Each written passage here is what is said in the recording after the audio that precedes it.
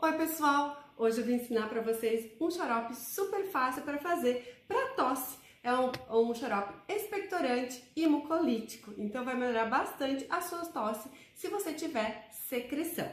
Para isso a gente vai precisar de mel, de uma tintura de guaco e do própolis, só isso. Então aqui eu coloquei 25 gramas de mel.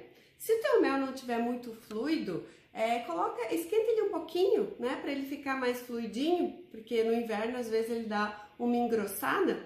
Então, para ele ficar mais fluido, aquece ele um pouquinho, não deixa ferver, porque se o mel ferve, ele perde as suas propriedades. E nesse mel, eu pesei aqui 25 gramas de mel, eu já tenho aqui pesado. Para essa proporção, a gente vai botar 20% de tintura de guaco. O que é 20% de 25 gramas? Seriam 5 gramas. Então, eu vou pegar aqui meu guaco e vou colocar 5 gramas de guaco aqui no meu mel. Acho que assim vai mais rápido. Pronto, certinho, 5 gramas. E vou acrescentar agora 10% de tintura de própolis. Então, 10% de 25 gramas é 2,5 gramas de própolis.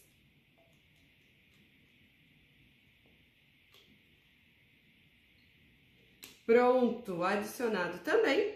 Depois é só misturar esse mel com a tintura de guaco, o própolis. Depois que tiver bem misturadinho, você pode guardar ou na geladeira ou fora da geladeira, dependendo como é que é a sua região.